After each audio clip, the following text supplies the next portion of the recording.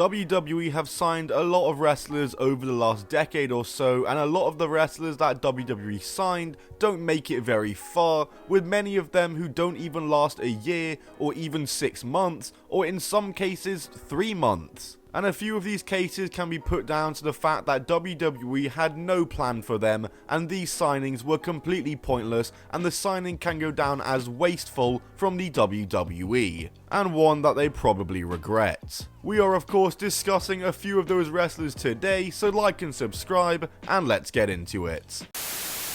Taya Valkyrie is a Canadian wrestler who was trained by Lance Storm and made her debut in 2010. She would first work across the Canadian independent scene before in 2012 she was given the opportunity to start working with Mexican promotion AAA, which was the beginning of a 5-year run with them, and this is where Taya would gain her persona of La Huila Loca and really take herself to the next level as a wrestler. During this run she won their women's title twice and had started showing out on American TV as well as part of Lucha Underground, and when she left AAA in 2017 after a great run with the company, it was to join TNA. And Taya Valkyrie's time in TNA was even more successful than her AAA run, as she debuted in September 2017, and after picking up some wins and victories and a few failed attempts at the Knockouts title, she would win the Knockouts title in January 2019. And Taya Valkyrie was a very successful TNA Knockouts champion, as Taya Valkyrie would go on to become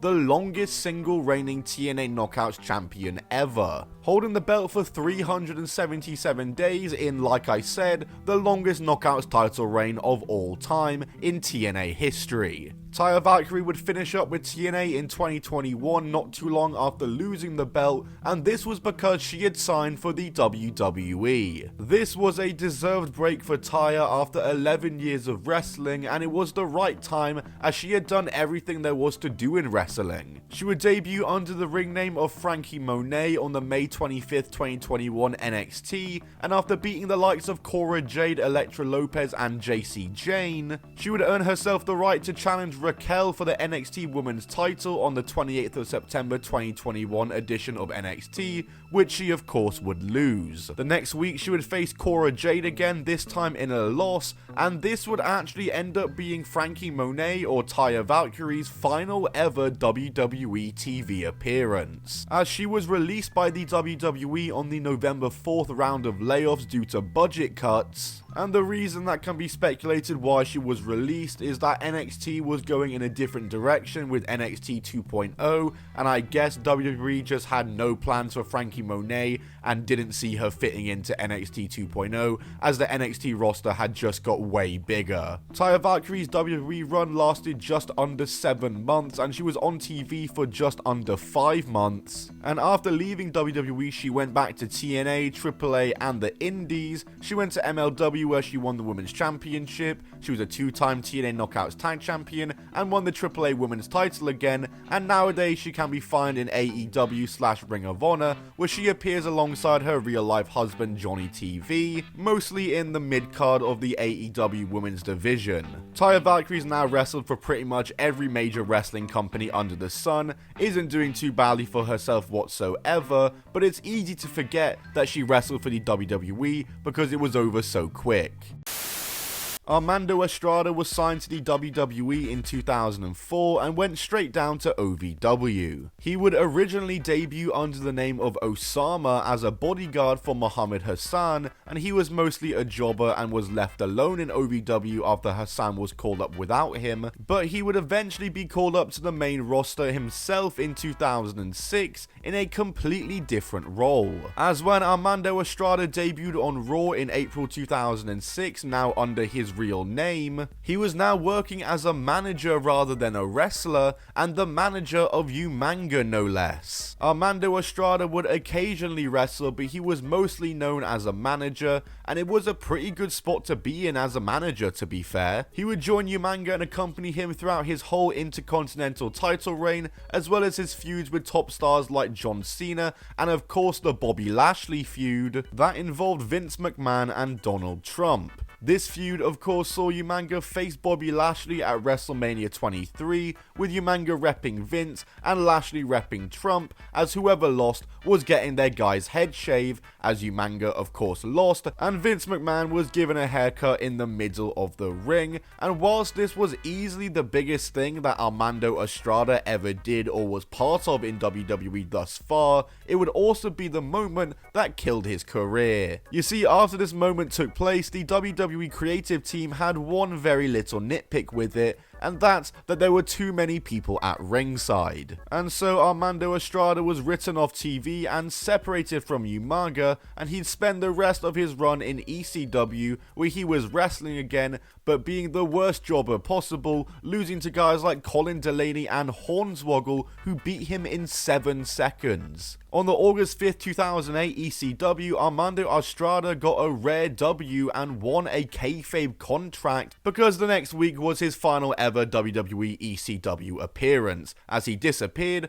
was sent back down to development in FCW, and then released in November of 2008. Armando Estrada had a fine run with Umaga as his manager, but he was never gonna last in the WWE, and so I was really surprised when he returned to the WWE in 2010. He would re-sign with them in December 2010 and would finally make his TV return on the May 26, 2011 episode of Superstars as the new manager of Tyson Kidd, and this was during Tyson Kidd's heel run and just after his alliance with Jackson Andrew had ended. How am I now just finding a way to mention this guy in every video? You know what? From now on, I'm going to find a way to mention Jackson Andrew in every one of my videos. Screw it. The next week though, Tyson Kidd appeared again, but without Armando Estrada, and still on the hunt for a new manager. So I guess WWE changed their minds or something, as Armando Estrada was literally never seen on WWE TV again, and was released a year later in June 2012, having not been seen for the entire time. Not sure why WWE chose to bring him back, but they clearly regretted it or changed their minds.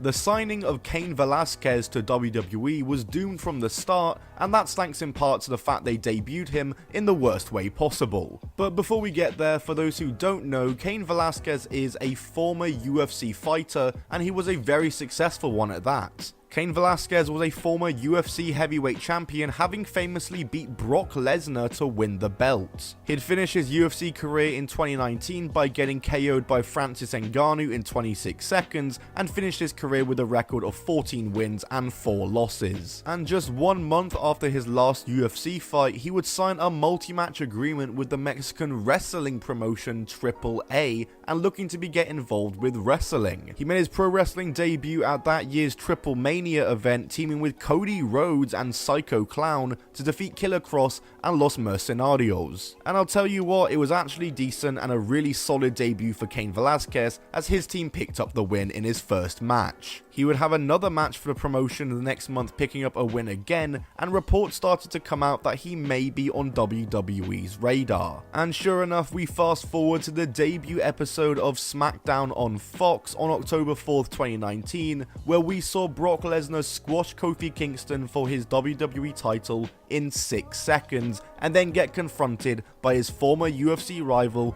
Cain Velasquez. And while I'm a pretty big UFC fan myself personally, and as cool as I genuinely thought it was to see these two's UFC feud cross over into the WWE, kind of the first time we've ever seen that, man was this dreadful. It was the worst way to debut Cain Velasquez, because Kofi Kingston, a fan favourite, had just been done a major disservice and just been squashed for this moment. And the moment is even worse in hindsight because of what happened next. Of course, this would lead to Cain Velasquez and Brock Lesnar having a match for the WWE title in Saudi Arabia at the end of that same month. And what a bust this match was. It started off with the two brawling, exchanging blows and strikes like it was an MMA fight, which was cool to see for the first 30 seconds, but then Brock just locked in the Kimura lock and tapped out Cain Velasquez for a total of 2 minutes in this match. Just a pointless match. Lesnar attacked Velasquez after the match, and Velasquez wasn't seen on TV after this. He was actually set to be in the 2020 Royal Rumble match,